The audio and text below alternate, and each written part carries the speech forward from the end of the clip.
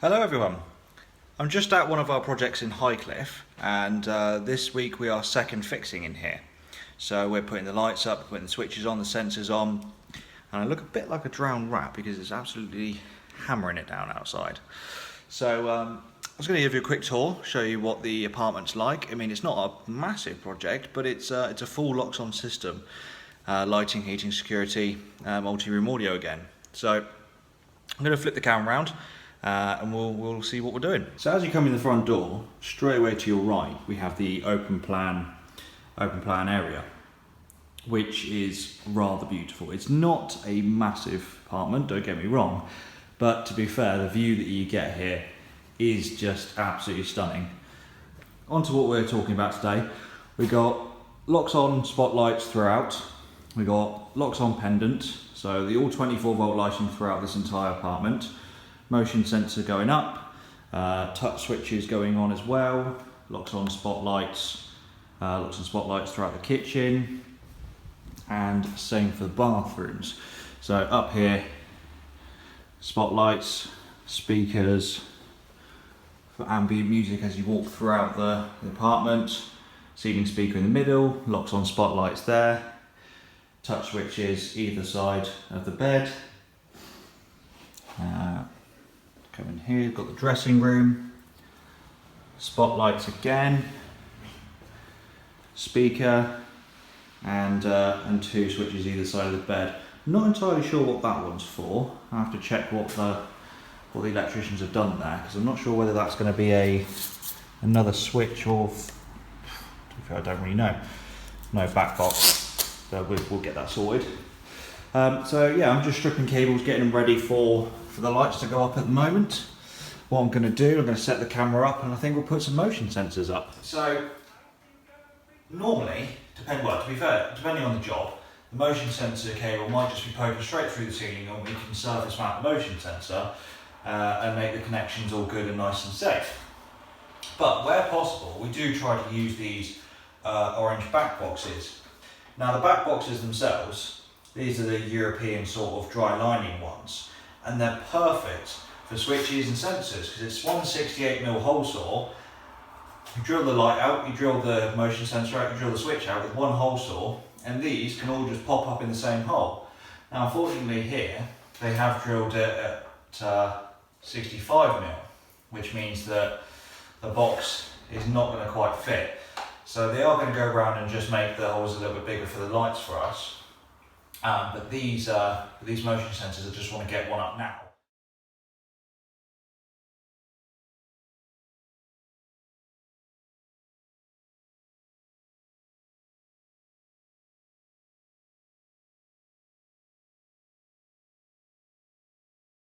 So this is the new tree cable, which is absolutely fantastic.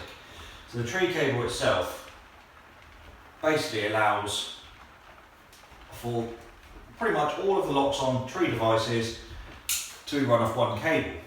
Now obviously you still need to accommodate for volt drop and things like that when taking it to the lights. But what it does mean is that you can wire a traditional sort of smart home now, lighting, heating, security, with this one cable. So you could do downstairs with one cable, upstairs with one cable. It's quite flexible. Now I know that there's a tool that makes this a little bit easier, and mine is on the way, but I'm sort of stuck in doing it this way for the moment. Not many people put motion sensors in bedrooms. I think it's because they got it in their head that if they roll over in the middle of the night, it's going to turn the lights on, which, if set up incorrectly, it absolutely will do. But when you set a system up correctly, the lights aren't going to come on when you're asleep or when you're in night mode. So ideally, you'd have two motion sensors in the bedroom, one up on the ceiling or in a location where it's going to pick you up when you're walking around, and one maybe under your bed. This will get you if you're going to go to the toilet in the middle of the night or get a drink or something. But at the end of the day, the system is getting the signal from the motion sensor, and from there, that's what determines the brain of the system I mean, that's what determines what actually happens. So these are doing two things primarily. One, seeing light level, and two, seeing motion. Now if you enter a room and you've got big glass windows and it's really sunny outside, does the lights even need to come on?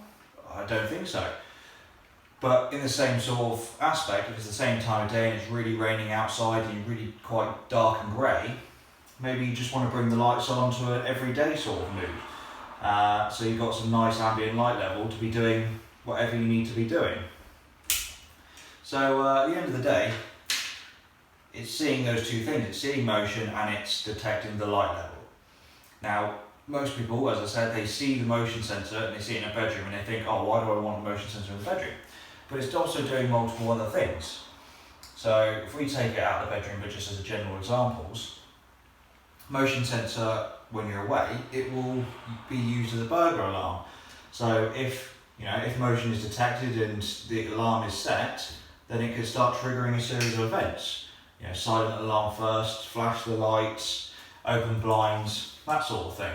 So motion for lighting, motion for your security, and then also for heating as well. So if you're in a room and your set schedule's decided to go off, or it's decided to go off because you set it to go off around, say, 10 o'clock at night, but you're in there, say, the living room watching a film, you want to keep the heating on, or at least just keep an overrun, just to keep that sort of comfort temperature topped up, so the room's not cooling down while you're still in there watching a film. So at the end of the day, that same principle can be applied for different rooms. Now, this particular motion sensor in this bedroom, I believe this is only a guest bedroom or spare bedroom, but if it's going to be used as an office because there are some desks there, then the same principle would be used for lighting. It'll be used just to keep the comfort temperature going if the schedule's got to go off, and when the customer's out, it'll be used as part of the burglar alarm. So it's quite secure and quite safe that way.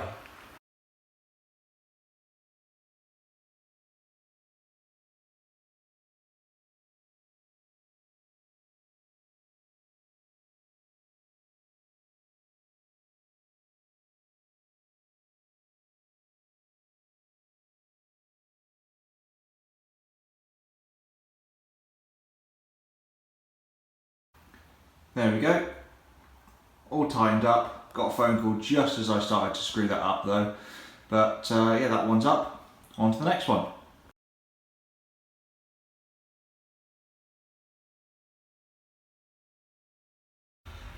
So right now I'm just putting in a Loxone Touchtree Pure switch, which is going to go, this is going on the inside of the bedroom door.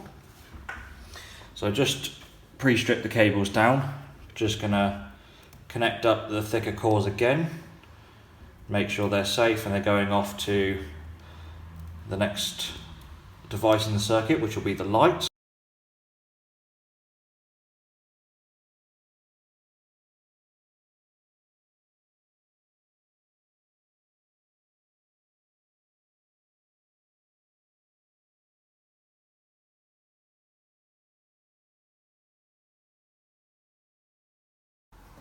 And that, excuse the little finger mark, which I'll just wipe off, is the finished result.